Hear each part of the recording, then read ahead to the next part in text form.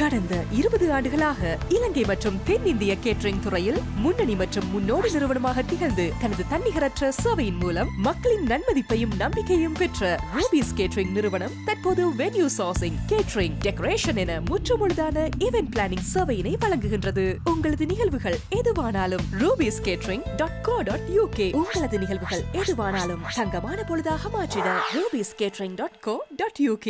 Durga Lakshmi video call ஜோதிடம். எந்த பிரச்சனையாக இருந்தாலும் வீடியோ கால் மூலமாக சரி செய்யப்படும். அனைத்து பிரச்சனைகளுக்கும் 11 நாளில் தீர்வு. வணக்கம். மீண்டும் மற்றும் ஒரு இன்றைய பதிவு நிகழ்ச்சியினூடாக சந்தித்திருக்கின்றோம்.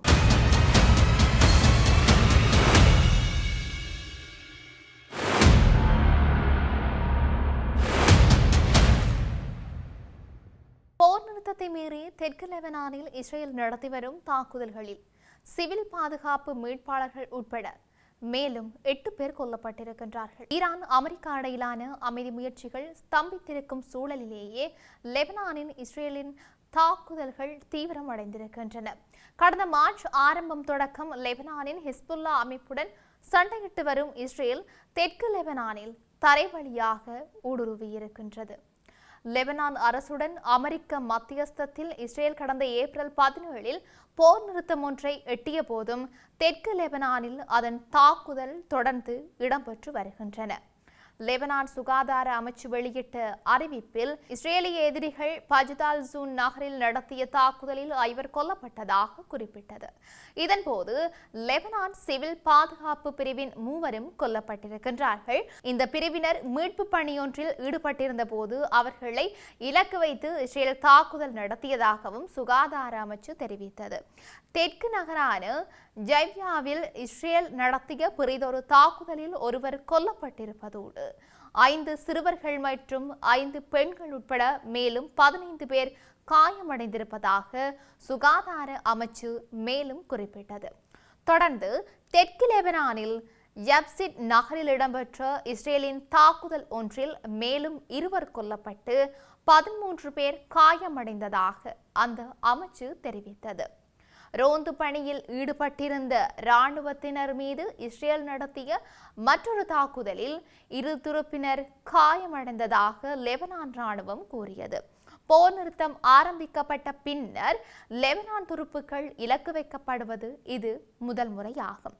தெற்கு லெபனானில் பல டசன் கிராமங்களைச் சேர்ந்த மக்களை வடக்கை நோக்கி வெளியேறும்படி இஸ்ரேல் புதிய உத்தரவை வெளியிட்டிருந்த நிலையில் அங்கு உயிரிழப்புகளும் அதிகரித்தன.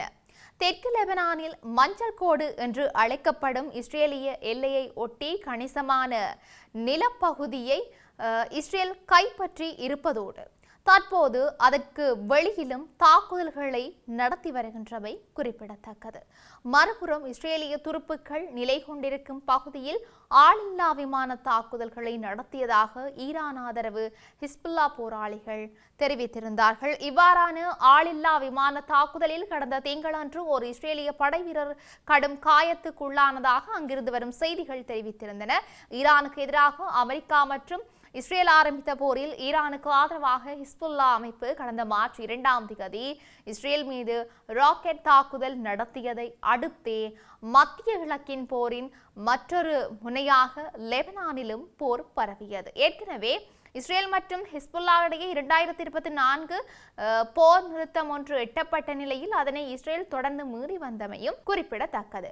மறுபுறம் காசாவிலும் தொடர்ந்து போர் நிறுத்த மீறலில் ஈடுபட்டு வரும் இஸ்ரேல் நடத்திய தாக்குதல்களில் கடந்த 24 மணி நேரத்தில் குறைந்தது 5 கொல்லப்பட்டு மேலும் 7 பேர் காயமடைந்திருப்பதாக பலஸ்தீன சுகாதார அமைச்சு நேற்று வெளியிட்ட அறிவிப்பில் குறிப்பிட்டிருந்தது. இதன்படி கடந்த அக்டோபரில் போர் நிறுத்தம் அமுலுக்கு வந்தது தொடக்கம் இஸ்ரேல் நடத்தி வரும் தாக்குதல்களில் காசாவில் கொல்லப்பட்ட பலஸ்தீனர்களுடைய எண்ணிக்கை 823 அதிகரித்திருப்பதோடு மேலும் 2308 பேர் காயமடைந்தார்கள். காசாவில் கடந்த 2023 அக்டோபரில் இஸ்ரேல் போரை ஆரம்பித்தது தொடக்கம் உயிரிழந்த பலஸ்தீனர்களுடைய எண்ணிக்கையும் 72,599 உயர்ந்திருப்பதோடு 1,72,411 பேர் காயமடைந்திருப்பதாக சுகாதார அமைச்சு தெரிவித்தது. இதேவேளை ஆக்கிரமிக்கப்பட்ட மேற்கு கரையின் கிழக்கு ரமல்லா சில்வான் நகரில் இஸ்ரேல் ராணுவம் நேற்று நடத்திய சுற்றி வளைப்பில் பலஸ்தீன ஆடவர் ஒருவர் கொல்லப்பட்டிருந்தமையும் இங்கு குறிப்பிடத்தக்க ஒரு விடயமாகவே இருக்கின்றது. இப்படி இருக்க லண்டனில் பிரித்தானிய பிரதமர் கீர் ஸ்டார்மருக்கு சொந்தமான மற்றும் அவருடன் தொடர்புடைய இடங்கள் மீது நடத்தப்பட்ட தீவைப்பு சம்பவங்களுக்கு பின்னணியில் எல்மணி என்று அழைக்கப்படும் ஒரு மர்ம நபர் இருப்பதாக லண்டன் நீதிமன்றத்தில் திடுக்கிடும் தகவல்கள் வெளியிடப்பட்டிருக்கிறது. கடந்த ஆண்டு மே மாதம் 5 நாட்களுக்குள் பிரதமரின் தற்போதைய இல்லம், பழைய வீடு மற்றும் அவருக்கு சொந்தமான கார் ஆகியவற்றை இலக்கு வைத்து இந்த தாக்குதல்கள் நடத்தப்பட்டிருக்கின்றன. இவை சாதாரண விபத்துக்கள் அல்ல என்றும் ஒரு குறிப்பிட்ட நபரை இலக்கு வைத்து நடத்தப்பட்ட திட்டமிட்ட சதி என்றும் அரசு தரப்பு வழக்கறிஞர் நீதிமன்றத்தில் வாதிட்டும் இருக்கின்றார். இந்த தீவைப்பு சம்பவங்கள் தொடர்பாக உக்ரைன் மற்றும் ரொமேனியாவைச் சேர்ந்த 3 இளைஞர்கள் கைது செய்யப்பட்டு விசாரணை வளையத்திற்குள் கொண்டு வரப்பட்டிருக்கின்றார்கள். இவர்களில் ரோமன் லாவ்ரினோவிச் என்பவரை எல்மணி என்ற நபர் டெலிகிராம் செயலி வாயிலாக தொடர்பு கொண்டு பணம் தருவதாக கூறி இந்த தாக்குதல்களை நடத்த தூண்டியதாக கூறப்பட்டு இருக்கின்றது. பிடிபட்ட மூவரும் இந்த சதி திட்டத்தில் தங்களுக்கு தொடர்பில்லை என்று தொடர்ந்து மறுத்து வருகின்றமையும் குறிப்பிடத்தக்கது. பிரதமரின் சொத்துக்களை சேதப்படுத்துவதோடு மட்டுமல்லாமல் அங்கு வசிப்பவர்களின் உயிருக்கு ஆபத்து விளைவிக்கும் வகையில் இந்த தாக்குதல்கள் அமைந்திருக்கின்றதாக குற்றம் சுமத்தப்பட்டும் இருக்கின்றது. தாக்குதலுக்குள்ளான ஒரு வீட்டில் பிரதமரின் மைத்துனி வசித்து வந்ததும் இங்கு குறிப்பிடத்தக்கது. இந்த தாக்குதலின் பின்னணியில் உள்ள உண்மையான தூண்டுதல் எது மற்றும் எல்மணி என்ற மர்ம நபர் யார் என்பது குறித்த விரிவான விசாரணை தற்போது லண்டன் ஓல்ட் ஃபெய்லி நீதிமன்றத்தில் நடைபெற்று வருகின்றது. இப்படி இவையெல்லாம் ஒருபுறம் இருக்க, குற்றவியல் வழக்குகள் நீதிமன்றத்தில் நிலுவையில் உள்ள ஒருவருக்கு கைத்துப்பாக்கி வைத்திருக்க அனுமதி வழங்க முடியாது என்று சட்டத்தரணி வி மணிவண்ணன் தெரிவித்திருக்கின்றார். நாடாளுமன்ற உறுப்பினர் துப்பாக்கி காட்டி மிரட்டிய சம்பவம் தொடர்பிலான வழக்கு விசாரணையில் அர்ச்சுனா ராமநாதனுடன் முரண்பட்ட தரப்பினர் சார்பில் மன்றில் முன்னிலையாகியிருந்தார். வழக்கு விசாரணை முடிவடைந்த பின்னர் ஊடகங்களுக்கு கருத்து தெரிவிக்கும் போதுதான் அவர் மேற்கொண்டவாறு தெரிவித்திருக்கின்றார். நாடாளுமன்ற உறுப்பினர் அர்ச்சுனா ராமநாதனுக்கு எதிராக பல்வேறு குற்றவியல் வழக்கு விசாரணைகள் நீதிமன்றங்களில் நடைபெற்று வருவதனால் அவர் துப்பாக்கி வைத்திருப்பதற்கான அனுமதியினை வழங்கியிருக்க முடியாது. இவர் தன்னிடம் துப்பாக்கி இருப்பதாக கூறி இதற்கு முன்னரும் பல்வேறு இடங்களில் துப்பாக்கியை காட்டி மிரட்டி இருக்கின்றார் என்று அவர் தெரிவித்திருக்கின்றார். சமூகத்தை பயமுறுத்தும் வகையில் தன்னிடம் உள்ள துப்பாக்கியை பயன்படுத்துகின்றார் என்று நீதிமன்றிலும் சுட்டிக்காட்டி அர்ச்சுனாவின் விளக்கமறியலை நீடிக்குமாறு மன்றிடம் கோரினேன். ஆனால் இளவாலை போலீசார் விளக்கமறியலை நீடிக்க வேண்டிய தேவையில்லை என்றும் தமது விசாரணைகளை முடிவடைந்து விட்டன என்று சொல்லியும் கூறியிருந்தார். அதனால் பிணையில் செல்ல மன்று அனுமதித்தது. ஆனாலும் அவரது துப்பாக்கி சான்று பொருளாக மன்றில் பாரப்படுத்தப்பட்டிருக்கின்றது. அத்துடன் துப்பாக்கி அனுமதி தொடர்பில் மேலதிக அறிக்கையை மன்றில் சமர்ப்பிக்குமாறு போலீசாருக்கு உத்தரவிடப்பட்டிருக்கின்றது.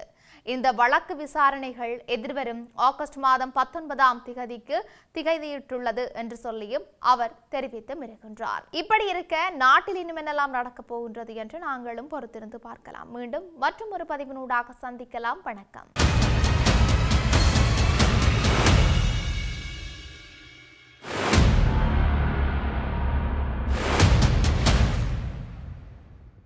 துர்கா லட்சுமி வீடியோ கால் ஜோதிடம். எந்த பிரச்சனையாக இருந்தாலும் வீடியோ கால் மூலமாக சரி செய்யப்படும். அனைத்து பிரச்சனைகளுக்கும் 11 நாளில் தீர்வு.